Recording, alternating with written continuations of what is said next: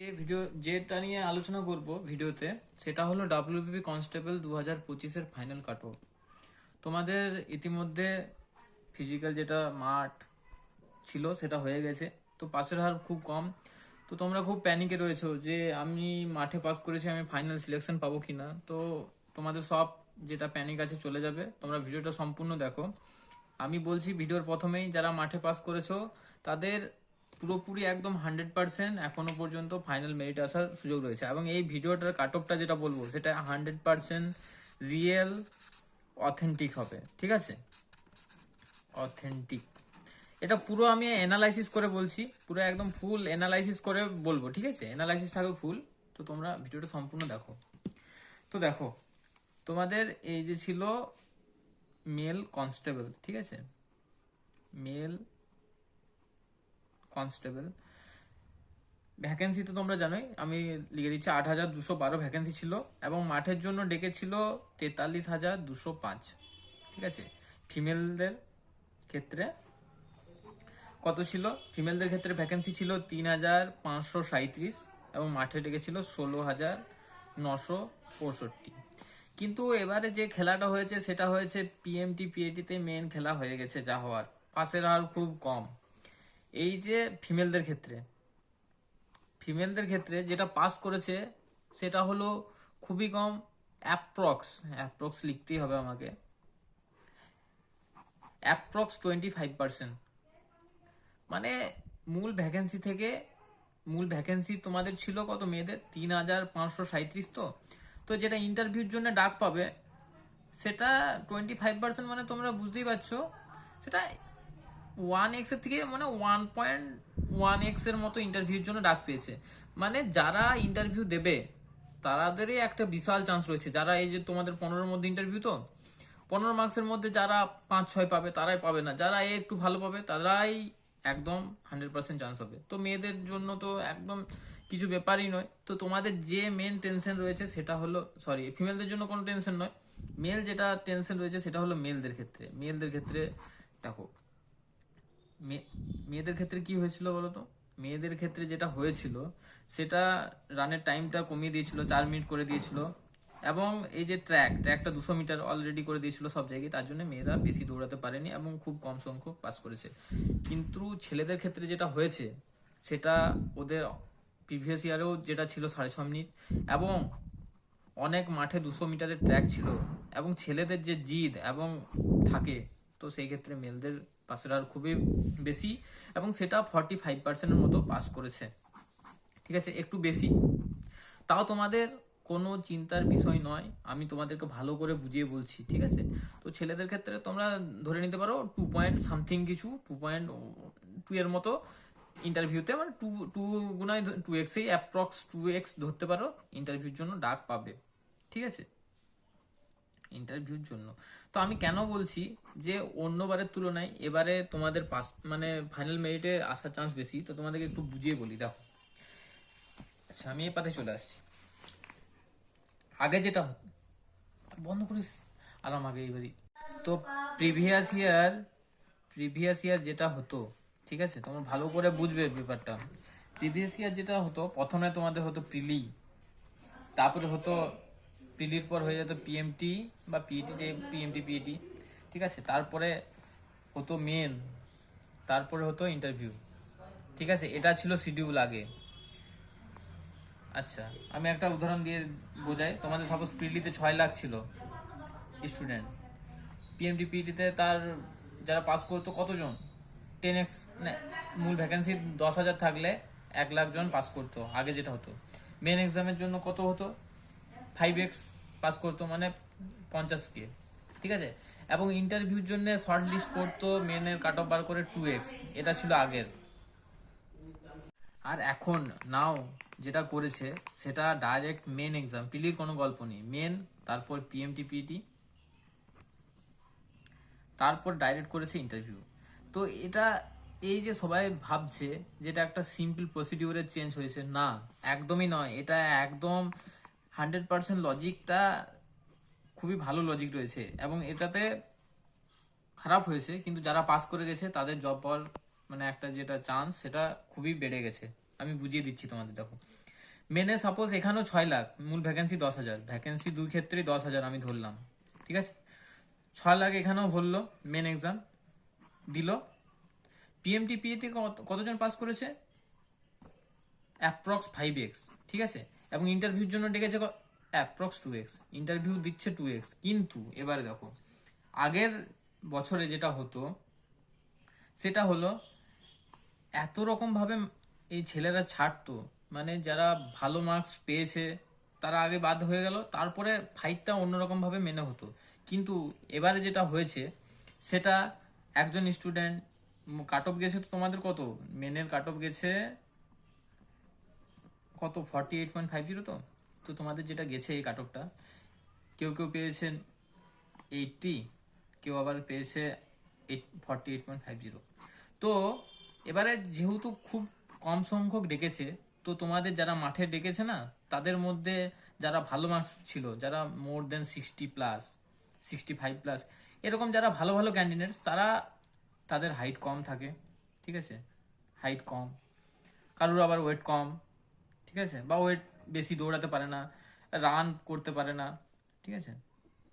তো সবাইকে ডেকে দিয়েছিল এবং তারা অলরেডি মাঠে বাদ চলে গেছে, পিএমটিতে তারা পারেনি। আমি নিজে আমি দেখেছি, আমি নিজের সোর্স থেকে বলছি, আমি মাঠে ছিলাম, তারা পিএমটিতে পাস করতে পারেনি, মেজারমেন্টে হোক, এফিসিয়েন্সি টেস্টে হোক, তারা পাস করতে পারেনি।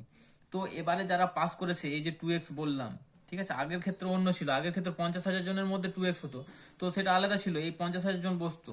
কিন্তু এবারে এই 5x যেটা পাস করেছে তার মধ্যে 2x, এবং যারা ভালো মার্কস ছিল তারা অলরেডি বাদ হয়ে গেছে, তাই তোমাদের কাট অফটা অনেকটাই কম যাবে। তোমাদের আরেকটা আমি উদাহরণ দিয়ে বলি, 2015 যখন তোমাদের এরকম ছিল মেন, তারপরে ইন্টারভিউ, ঠিক আছে, প্রিলি ছিল না। 2016 এরকম ছিল, এবং 2018 থেকে চেঞ্জ হয়। তো 15-16তে তোমাদের কাট অফ কিরকম গিয়েছিল? 41 গেছিল মেনের, তারপরে ইন্টারভিউতে গেছিল 52। 2016তে কিরকম গেছিল? 42 গেছিল মেনের, এবং ইন্টারভিউ ডাইরেক্ট ফাইনাল গেছিল 54.33, ঠিক আছে। তো এখানে বেড়েছিল 11, এখানে বেড়েছিল 12.33, ঠিক আছে। এবারে 2018, 2019 এবং 2020, ঠিক আছে, এই যে তিনটে রিক্রুটমেন্ট, 2018তে কি হলো আমি ভালো করে একদম বলছি তোমাদের। 2018তে 33 ছিল মেনের, তারপরে হলো 47.75, ঠিক আছে, কত বাড়লো? +14.75। 2019-এ কত কি হলো ব্যাপারটা? 2019-এ ছিল তোমাদের 38, তারপরে হয়ে গেল 56, কত বাড়লো? +18। 2020, 2020-তে কত ছিল? 2020-তে ছিল যেটা তোমাদের 42.5, এবং হলো 58.75, +16। তো তোমরা দেখো, যখন তোমাদের এই যে প্রিলি তারপরে মেন, এই তিনটে বছরে এই যে যেটা ইন্টারভিউর পর অনেকটাই বেশি করে বেড়েছে। হ্যাঁ, সেটা কোয়েশ্চেনের উপর নির্ভর করে কীরকম বাড়বে, তাও খুব সেটা বেশি। আর যেটা ডাইরেক্ট মেন তারপরে ইন্টারভিউ হতো, সেটা তো খুব কম বেড়েছে, 11-12। তো তোমরা বলবে 2015-তে স্টুডেন্টরা ঠিকমতো সোর্স পেতো না পড়াশোনা করার, এখন ইউটিউবের সাহায্য পায়, ভালো ভালো টিচার রয়েছে, তো সেটা তো ফ্যাক্টর আছেই। কিন্তু তা সত্ত্বেও মেনের পর ইন্টারভিউ দিলে সমস্ত ছেলেরা যখন মাঠে, মানে খারাপ ভালো সব ছেলেরা করে, তারা মাঠে বেশিরভাগ বাদ হয়ে যায়, এবং তার জন্য কাট অফটা কম যায়। তো এই যে এর পরে 2025ও সেম হচ্ছে, সেই 2015-16 ঘটনা রিপিট হচ্ছে, মেন তারপরে ইন্টারভিউ। তো তোমাদের কাট অফ কীরকম যাবে? ঠিক আছে, দেখো তোমাদের মেনের কাট অফ গেছিলো 48.50, ঠিক আছে, 2x, অ্যাপ্রক্স 2x ইন্টারভিউতে যাচ্ছে দিতে, অন্য যারা বলছে তারা একদম ভুয়ো খবর বলছে। 48.50, 2x, ঠিক আছে। তো তোমাদের যেটা ফাইনাল কাট অফ আমি অনেক ভালো করে অ্যানালাইসিস করে বুঝেছি, সেটা যাবে তোমাদের 61 থেকে 63, ইউআর ফাইনাল।